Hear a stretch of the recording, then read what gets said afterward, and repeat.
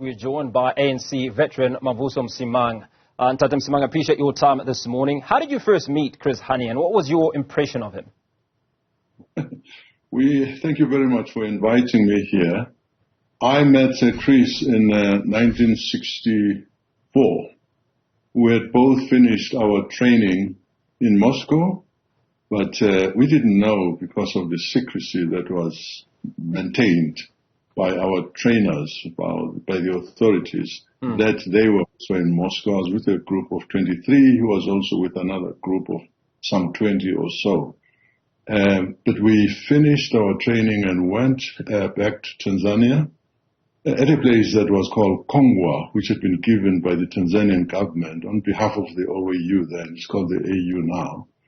And this was a transit camp that was meant to keep people for the duration of their transit to their areas of destination, countries of destination. Now, there was Frelimo of Mozambique, MPLA of Angola, Zapu, I think, were there too in Kongwa, but we were in separate camps of that where we retained our identity, but in a place that had been allocated to us by the Tanzanians. Chris showed already at that stage his political acumen, because in the structure that managed the camp, he was given the role of political commissar. There was a camp commander, there were two deputies, but he was the camp commissar. I think many people know that, or should I say, the expectation was that we would not remain in Congo for much longer than a year, but things turned out differently.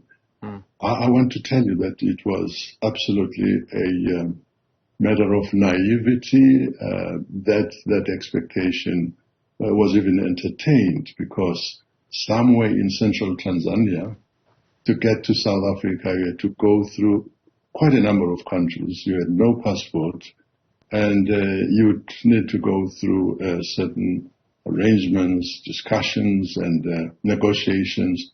The African states, particularly those closer to South Africa, were supportive but very anxious that South Africa not accuse them of keeping people who were carrying arms, intending to launch their attacks on South Africa from the Zambias, the Mozambiques, and so on. So there were stringent controls. And so really there was no way in which within 1 year of being in Congo, a route would have been found to come to South Africa. But then there was agitation, because the people in the camps, were responsible for the planning. This was being done by the leadership, and the leadership did not live with us in Congo. And so being told that we are trying to find the route home, and yes, we're making progress, frustrated a lot of people. I can tell you that some of them really started deserting, saying we left the country not to sit in Tanzania, but with a view to going back as soon as we have been trained, and we have been trained now, and so on. There's a lot of demoralization. I mean, this would lead to the talk about going to Zambia and the Wanke operation. Okay. Now, something that is important for us to talk about is the significance of Chris Hani's leadership in the struggle against apartheid, and certainly what lessons can we draw from his approach to political activism?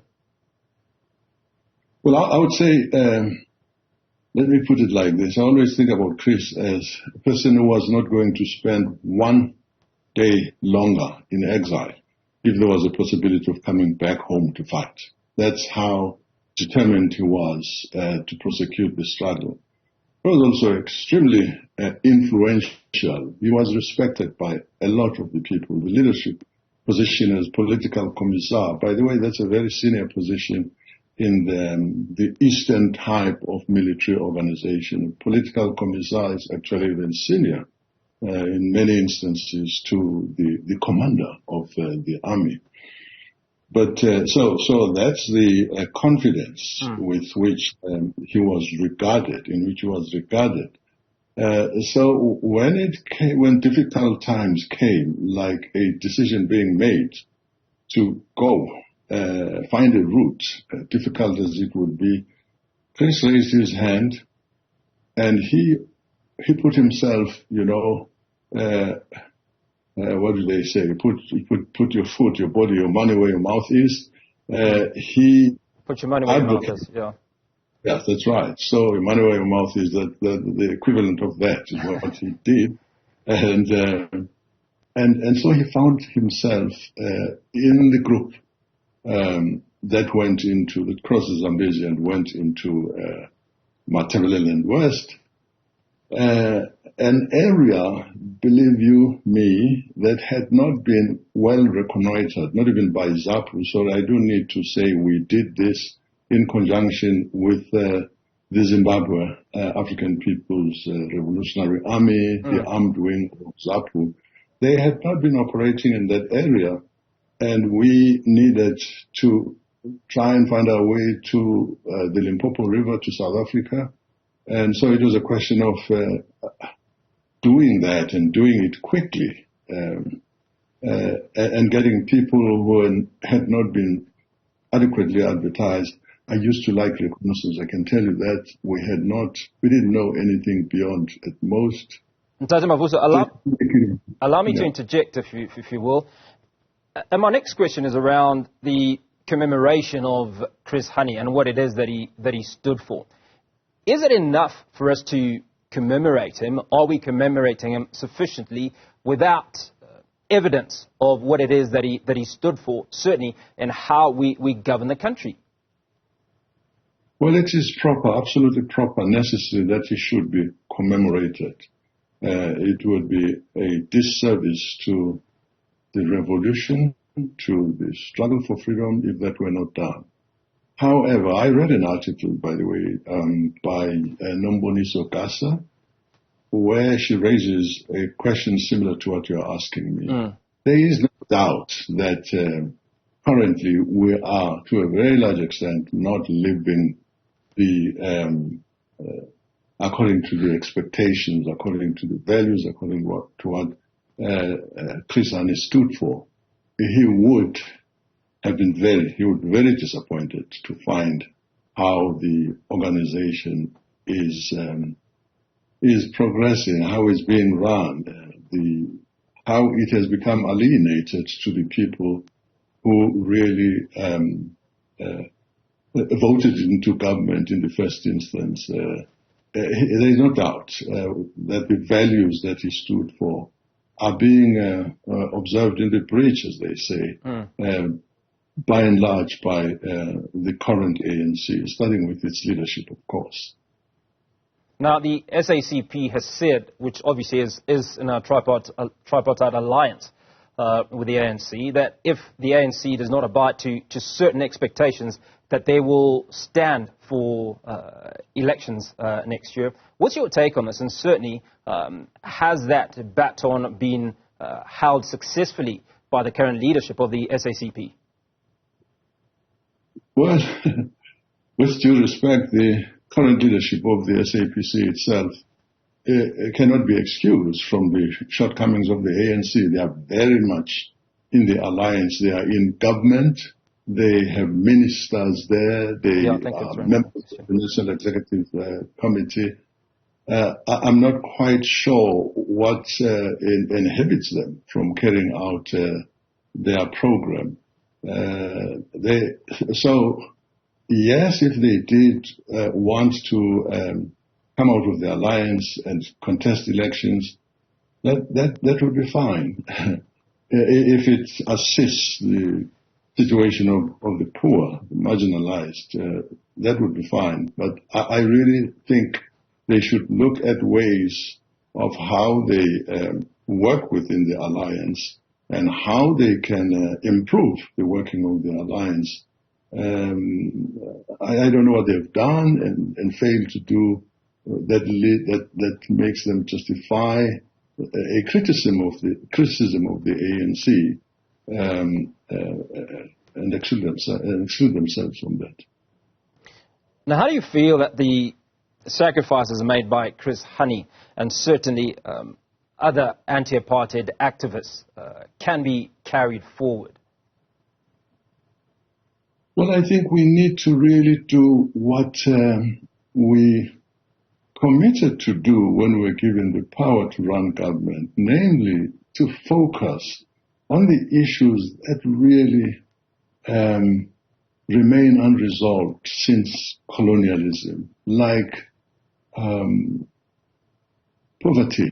You know, when you read statistics prepared by a government agency that indicate that poverty has increased since we took over, then you must know that there's something wrong with that. When you look at the fact that we still have pit latrines so many years, I mean, what would stop a government that was committed to improving the health, the sanitation of the people?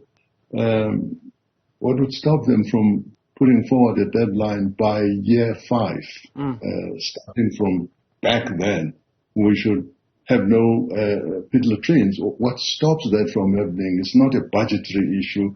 You can excuse those who think it's a lack of commitment to those things. You still see people going long distances in rural areas to fetch water. What would stop us from making sure that there is a tap of water in rural areas, say 500 meters from the house, and that in urban areas everybody has got clean water and so on? So there are these very basic things which, if we did, we would earn again the confidence and trust of the population. Maybe the budget, I don't know how they do these things. If you receive your money for running the country, monies that you collect through SARS, the budget should be biased in favor of resolving these basic problems, perhaps less on having the largest number of embassies in the world, among African countries, or other things really, or spending. I don't think they're spending the money now, but going into the arms deal the way people did and spend billions to defend South Africa from what in the region, when there were real issues, the challenges of poverty and so on. Then all the other things that we talk about all the time, unemployment, the inequality. How do we get to a stage where we are the most unequal country in the world? There is something that is not working properly with the management of the economy for that to happen. Well, Ntate Mavuso, it begs a question for a struggle veteran such as yourself, who made a huge amount of sacrifice. Just based on some of the experiences that you shared with us this morning, there's obviously a disconnect between what you struggled for, what you expected to manifest post-freedom, and what's happening now. What do you think is a difference? Is it a difference in value system between you as a veteran and new leadership now? Well, I don't want to excuse myself from the problem. This is a collective problem in which we, people of the ANC, have shown a very high tolerance for corruption, for starters. How on earth would you be so sensitive, so insensitive to the cries of a population that says we can hardly breathe because there is corruption all around, and you keep in your senior councils people who are tainted with corruption? One is not saying that they must charge those. That's the responsibility of the national prosecuting authorities and others. But why keep people who are suspect in your cabinet? Why elect them to the National Executive Council? You're showing the country the middle finger. You're showing more sensitivity to friends. It's difficult to explain this, and these are the things that are making us lose the confidence of the people. This is what, if you're talking about Chris today, I'm sure he would have been stronger than most of us. He would have denounced it very, very strongly. And where he chose, by the way, not to run for public office in the ANC, I think he was so committed to Marxism that he was going to go into the Communist Party and and fight it from there. That wouldn't have made his task easier today if he wanted to challenge the ANC, I must say.